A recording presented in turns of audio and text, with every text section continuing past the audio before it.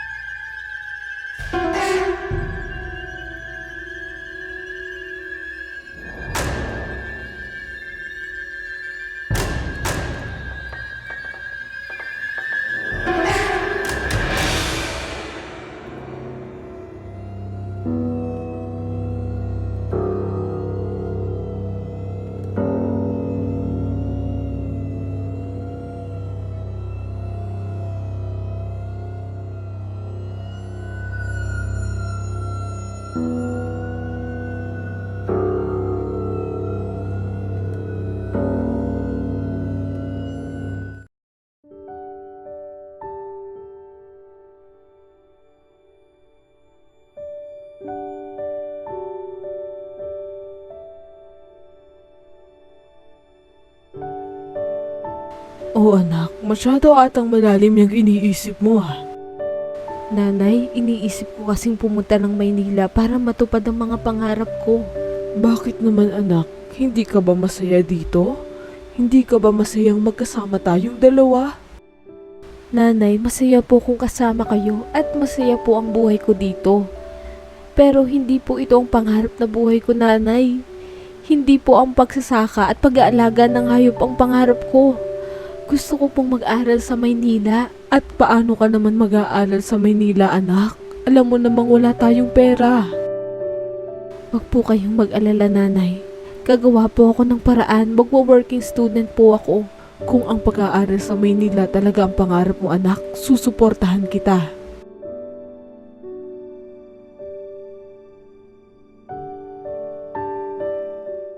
At nakipagsapalaran na nga si Jocelyn sa Maynila para sa kanyang pangarap. Ang ganda pala talaga dito sa Maynila. At ang tataas ng mga gusali. Sa mga magazine at TV ko lang ito nakikita noon. Ngayon nakikita ko na ng personal.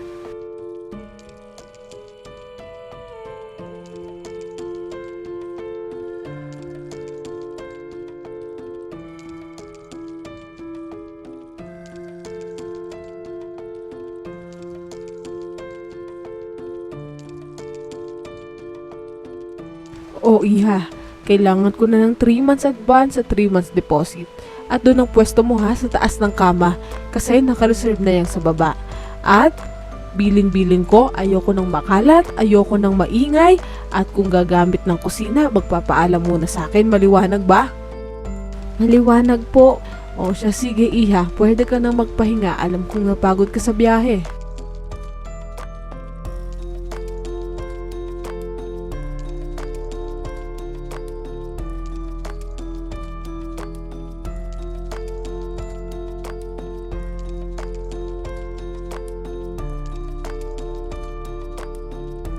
Kakayanin ko to at maaabot ko ang aking pangarap. Pangako.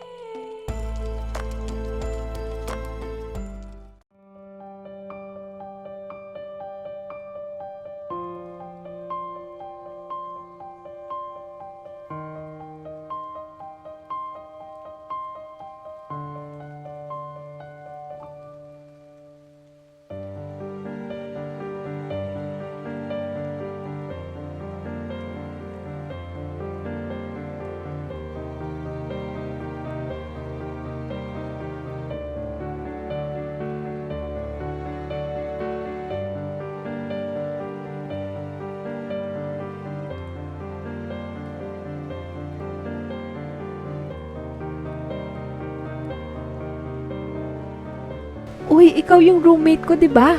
Halika, kumain ka muna. Oo nga, iha, halika, kumain ka na. Tutal, unang umaga mo dito. Libre na ang almusal mo. Naku, maraming salamat po. Tamang-tama po at kailangan ko ng lakas. Dahil maghahanap na po ako ng trabaho ngayon.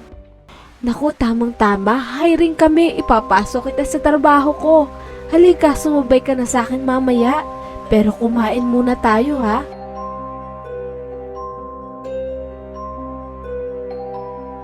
At nagpunta na nga si Jovelyn sa isang kilalang mall.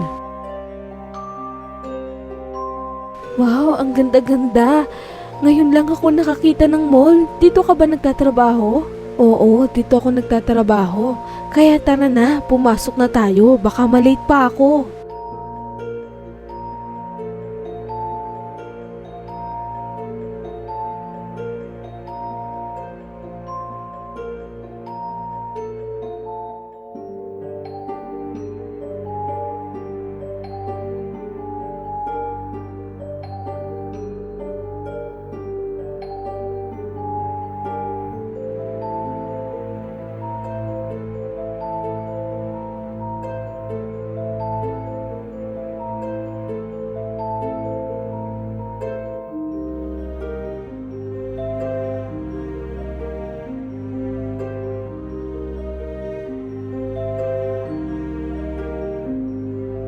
O Rosalie, sino yung kasama mo?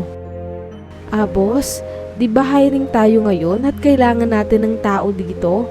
Gusto sana mag-apply ng kaibigan ko. Ah, ganun ba? Mapapagkatiwalaan ba yan? Opo, boss, nakakasigurado po ako. Kung sa ganun ay pagbihisin mo na siya at magsimula na siyang magtrabaho ngayon.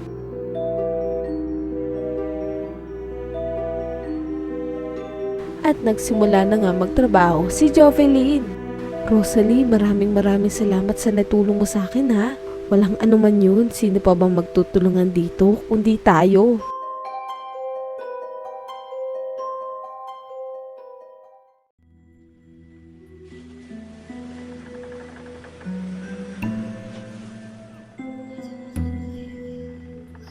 May bagong empleyado na naman dito sa mall ko. Kailangan ko siyang bantayan. At doon na nga natuklasan ng taong ahas ang kasipagan at katapatan ni Jovelyn.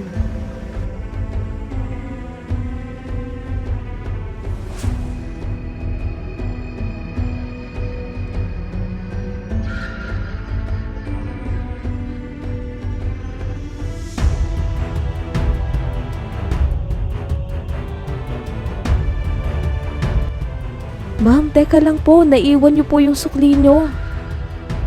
Ay, oo nga. Naku, salamat ha. Mabuti na lang at tapat ka.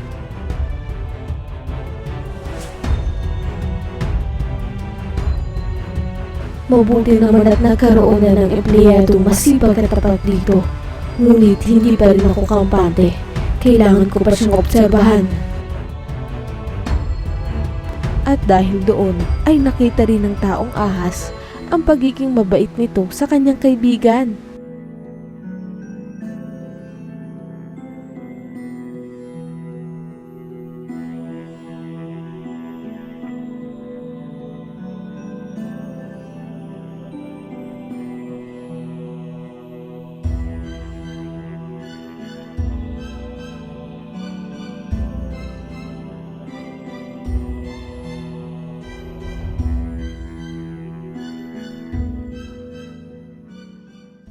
Hanggang sa napagdesisyonan ng babaeng ahas na kuhanin at dalhin si Jocelyn sa kanyang kwarto. Dalhin niyo sa akin ng babaeng ito. Gusto ko siyang makasama.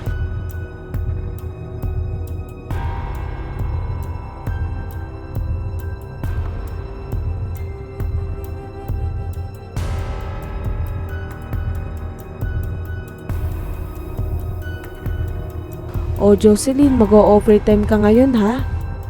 Ha? Bakit po? Wala naman po masyadong customer ngayon. Bakit si Jocelyn lang po ang mag-o-overtime?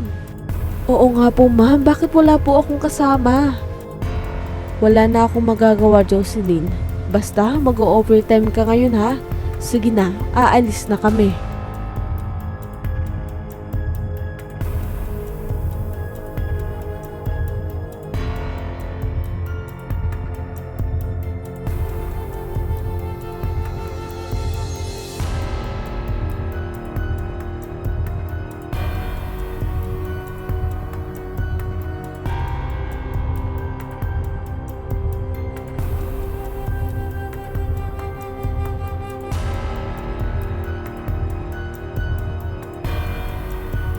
Teka, ano pong ginagawa niyo dito?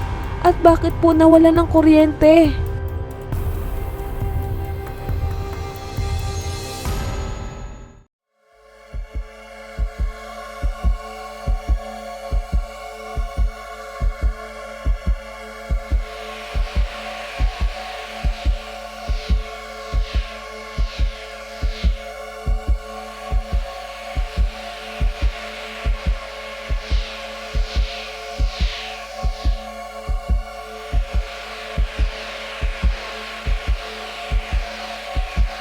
Nasaan ako?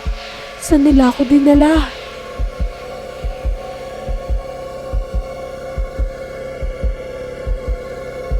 Nagustuhan mo ba ang kwarto ko, Jocelyn?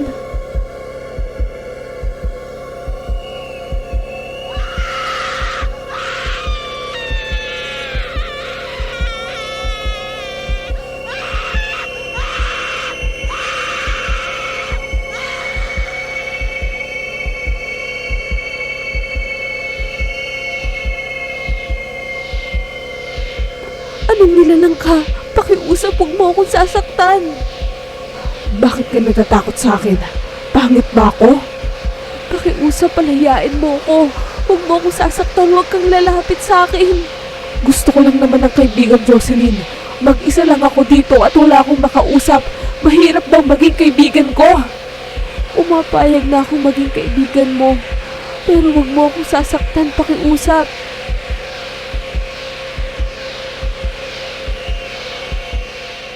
At napilitan na nga si Jocelyn na kaibiganin ang babaeng ahas.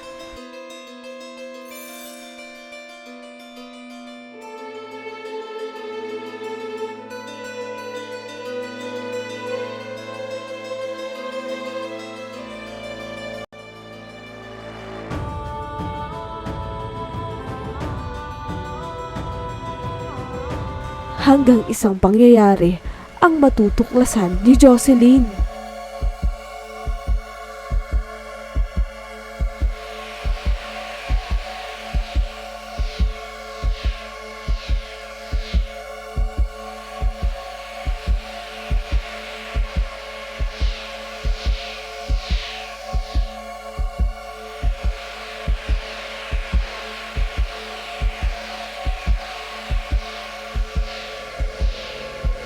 Anong ginagawa mo?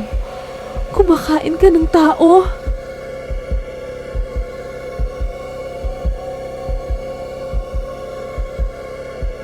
Itigil mo yung ginagawa mo. Kung hindi ako kakain ng tao, hindi ako mabubuhay, Jocelyn. Matagal ko nang ginagawa to.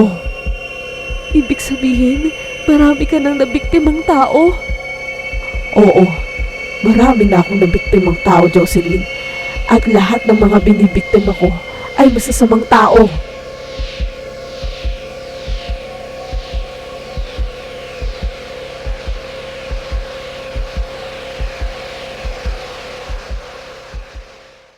Hanggang isang araw ay nakaisip si Jocelyn ng isang ideya upang matapos ang kasamaan ng babaeng ahas. Kailangan ng matapos ng kasamaan niya. Marami na siyang taong nabiktima at hindi karapat-dapat mabuhay ang isang halimaw na katulad niya.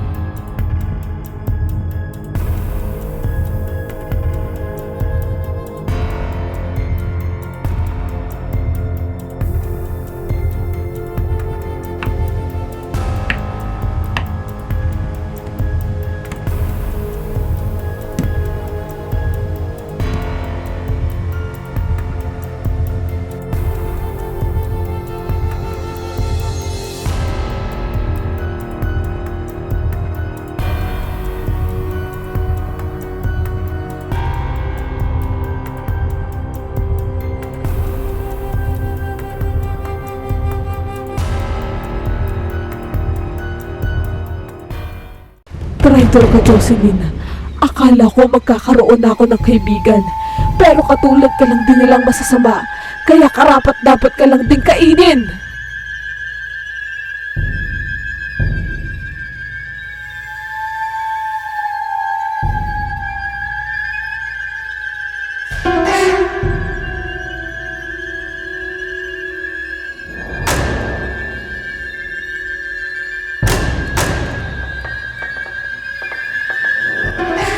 Mukhang nagustuhan mo ang regalo ko sa'yo, kapatid.